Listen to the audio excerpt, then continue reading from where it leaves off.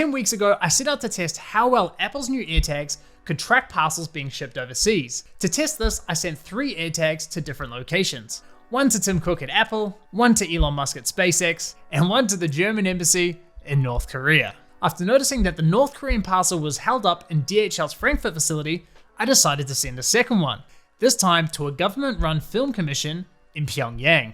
If you haven't seen that first video yet, I highly recommend that you do. Now, a lot of exciting things have happened since then. In fact, one of the AirTags was even sent back to me. Now, I haven't opened this parcel yet, but it seems as though there's a letter inside.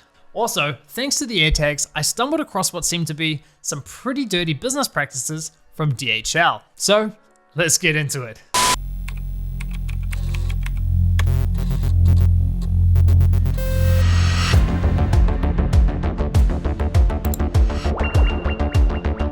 So let's start with the North Korean parcels.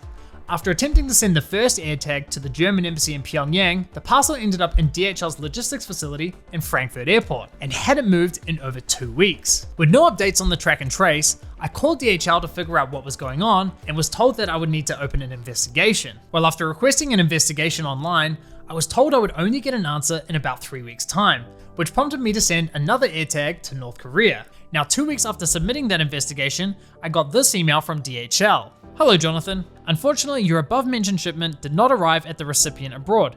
In spite of intensive research, we could not find your shipment. So essentially, DHL lost the parcel, did an investigation, and couldn't find it. Now that was hilarious because I could clearly see that the parcel was still sitting in DHL's facility in Frankfurt Airport. Not only that, but I was getting updates on its location every 5 to 10 minutes. Quite ironic that I knew exactly where the parcel was and DHL hadn't a clue, even after their so-called intensive investigation. They then wrote, "In order to compensate you for the damage, we need the completed and signed form. Please send us the required information within the next 7 days." I thought, huh?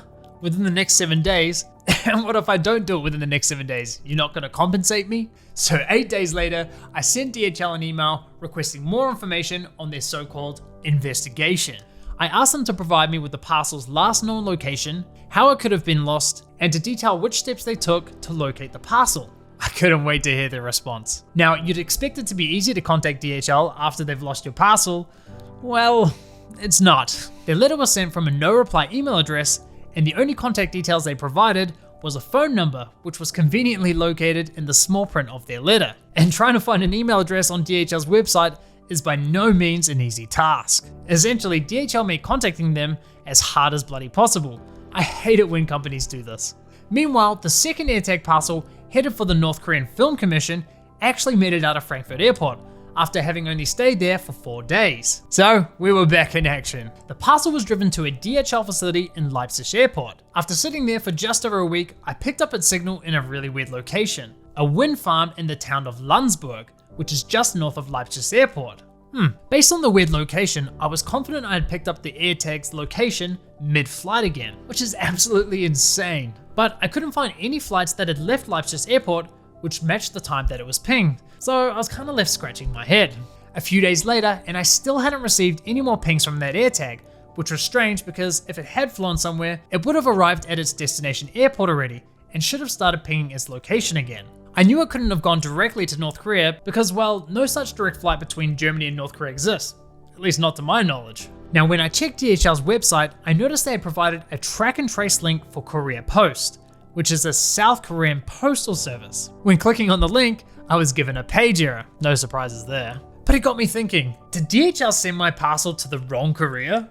I thought, surely no logistics company can be that stupid. Well, after sharing the screenshot on my YouTube community page, one of you brilliant souls managed to figure out which flight the AirTag had taken and shared the flight number with me. And sure enough, the damn thing was sent to South Korea. The wrong Korea. Check this out. Look how accurate the AirTag's location info was when compared to the flight radar information. It's literally pinpoint accurate and matches the time the plane flew over this location. So cool. What I find truly fascinating about the AirTags is how much plausible information you can deduce from one AirTag ping. In this example, we were able to figure out that the AirTag was on a cargo flight. This flight was at 6,000 feet at the time of the ping. Given it was a cargo flight, it's likely only 2 pilots were on board the plane, meaning one of those 2 pilots had to have an iPhone, which communicated with the AirTag. and that iPhone had to have an internet connection, so was likely still connected to a cell tower at 6,000 feet. And perhaps most ironically of all, the pilot's iPhone was not switched to flight mode during takeoff. It just goes to show you how powerful this technology is, even at 6,000 feet. So now that I knew the AirTag was sent to South Korea instead of North Korea, there were two things I needed to figure out. Why wasn't I receiving pings from the AirTag in South Korea? And why was it sent there in the first place? Well, after checking the South Korean Apple Store, I could see that AirTags are available for purchase. However, they only advertised precision finding as the key feature, and mentioned nothing about the Find My network. After further investigation, I found out that Apple's Find My network is not supported in South Korea. Some speculate it's due to South Korea's privacy laws, while others speculate it's due to their security laws. However, I couldn't find any concrete information on this. This basically meant that iPhones in South Korea couldn't communicate with my AirTag. Pretty interesting discovery, yet at the same time also a shame, because it meant my parcel was now untraceable. What's funny is the shipping status on DHL's website said that the parcel had arrived in the destination country. So I could only assume that this was clearly a mistake on DHL's behalf. At this point, I considered this parcel a lost cause, so I put my focus back to the original AirTag parcel, which was still stuck in Frankfurt Airport. 10 days had passed since I'd requested information from DHL about the investigation, and with no reply, I decided I had no choice but to give them a call. This was a nightmare. Despite offering an English customer service line, I was constantly being transferred to an agent who couldn't speak English. So I ended up having to ask my German friend Matthias to help out. When we called DHL, all the agent was able to tell us was that the investigation was still open. This completely contradicted their email, which concluded the parcel as being lost. So confusing. He also told us that it could take up to 6 weeks before we get the results of the investigation. We then asked the agent if there was an issue delivering parcels to North Korea. He assured us twice during the phone call that service to North Korea was fully operational. With DHL proving unhelpful once again, I decided to submit their refund request form, but I left all the refund information blank and wrote that I'd like to wait for the results of the investigation. Now here's where things get really suspicious. The very next day after submitting that form, I got an update from DHL informing me that the parcel was now being processed to the destination country. Coincidence? I think not. One could only speculate as to what happened here, but at this point I was fairly certain that no investigation ever took place, at least not until I submitted that refund form. My speculation is that DHL sends this refund form as a kind of cost efficiency test. If the value of your goods is low, they just pay you out, close the case, and no investigation is needed. If the costs are more significant, only then will they get a human involved to figure out where your parcel is. And with that 7-day deadline they try to impose on that refund form, it certainly seems as though they prefer paying out customers as opposed to carrying out the investigations. Now, I know that may sound completely illogical, but it's kind of like how big online retail giants have been caught throwing truckloads of returned goods away simply because they've calculated it's more cost efficient than restocking them. Keep in mind the processing of parcels these days is highly automated. Not only that, but the volume of parcels which DHL has to deal with is insane, so humans likely only get involved as a last resort. Again, I'm only speculating here, but I can't help but think that if I had submitted that refund form properly and on time, DHL would have just paid me out and thrown my parcel away.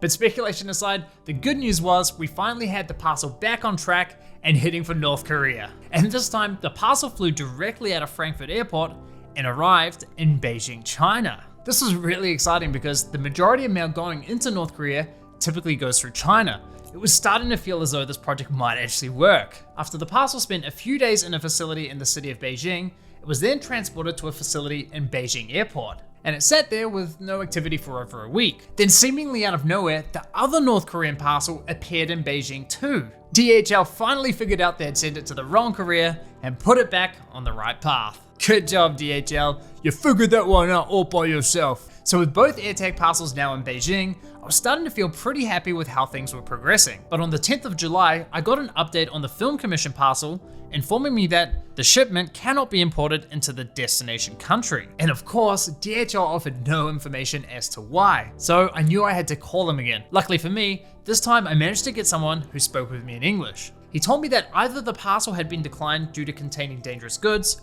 or because the customs declaration form had fallen off the package. Now, neither of those reasons seemed likely to me. Highly frustrated with the response, I managed to find an email address for DHL in North Korea. So I wrote them an email asking if they were still receiving parcels into their country. To my surprise, I got a reply the very next day. Dear customer, thank you for your inquiry on our service operation. I'm sorry to inform you that we can't accept any inbound shipments from other countries into the DPRK, because all international flights are suspended from China to the DPRK due to the government measures to prevent COVID-19 from other countries. We are not sure when international flights will be resumed right now. If we have any updated information on our service operation, I'll let you know ASAP. Honestly, I can't say I was surprised. But man, I literally had 2 customer service agents at DHL assure me that shipping to North Korea was still possible. And to this date, DHL's website still shows a green light for shipping to North Korea. I mean, how does DHL not know their service to North Korea is suspended? Do their departments not communicate with one another? All that effort seemingly for nothing. Now, the day after receiving this email, I noticed that the parcel was making its way back to me in Germany, but right now I'm in Croatia, so I won't be there for when it gets delivered. Now, although the other parcel is still being processed in Beijing, I expect that it will receive a similar fate. Yeah, I'll come back to this, but for now, let's find out what happened to the parcel I sent to Elon Musk. Well, after the parcel arrived at SpaceX on the 25th of May, it chilled there for about 2.5 weeks. Then finally, on June 11th, it had been taken to a new address. It went to a metal scrapyard. The very next day, the AirTag sent its final ping in Castaic, California. RIP. I guess it went to a recycling facility or something. Now, I'm not disappointed with Elon Musk or SpaceX. I'm sure they get a ton of fan mail and well, they can't reply to them all, so it's fine. But as for Tim Cook's AirTag, well, after the parcel arrived at Apple Park on May 24th, it sat there for almost 6 weeks doing nothing. Then, on the 3rd of July, I noticed that the AirTag had left Apple Park and had made its way to Cologne in Germany. That could only mean one thing: they had sent the AirTag back to me. The very next day, I got a knock on my door from FedEx, and I was reunited with my AirTag. It was so tempting to open the parcel, but I decided I wouldn't open it until I was ready to shoot this video. And now here we are, so let's open this bad boy and find out what's inside. Oh, I'm almost a little bit nervous.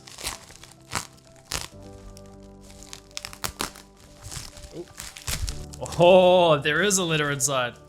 Oh, it's so exciting. Oh, look at that. Official Apple letter. That's crazy. What the hell? Okay, they definitely repackaged the AirTag as well, which is interesting. There she is. Oh, I'm like shaking. Honestly, I've had this parcel for 2 weeks, and finally, after sending this parcel, I don't know how far away it is, like 7,000 miles away. I'm overwhelmed with joy, honestly. There's the unicorn AirTag, back in my possession. This is sick. All right, the moment of truth, the letter. Let's see what they wrote to me. Okay. Okay, look at that, it's crazy. All right. Okay, so they wrote, "Dear Jonathan, thank you for sharing about your project for Apple AirTags. We're delighted to hear about creative uses for the AirTags and how they can improve our customers' lives. As you can imagine, Mr. Cook receives hundreds of letters each month from customers like yourself. Unfortunately, he is unable to respond to every request. But we hope you continue to enjoy your AirTag as it returns from its unique journey across the world. Sincerely, Administrative Assistant, Office of the CEO, Apple Incorporated." Okay, so it wasn't a letter from Tim Cook himself, but hey, I have to give props to Apple here because, I mean, for them to actually go ahead and take the time to write me a letter and return the AirTag, I mean, that's pretty cool. And Apple, if you're watching this, thanks for being a good sport and returning the AirTag to me. Props on making a really cool product. I've had a lot of fun with it so far. Now, one last thing I want to mention about this letter is, I don't know much about paper, but it looks like a special paper of some kind. And I couldn't help but crack up when I saw that the edges are curved. Apple's all about their curved edges at the moment. I don't know, it's pretty funny. So that pretty much wraps up this little experiment. I'm really sorry I couldn't pull off sending an AirTag to North Korea. If anything interesting happens with the parcel that's still being processed in Beijing, I'll be sure to give regular updates on my Instagram, and of course also via YouTube community posts. Who knows, perhaps I'll retry again when North Korea's borders reopen. Oh, and DHL, if you're watching this, I want a refund on my 2 North Korean parcels. Also, if you want to clarify what happened to my parcel investigation, feel free to reply to the email I sent to you 40 days ago. I'll happily share your side of the story on this channel. Thanks again for watching. See you guys in the next one.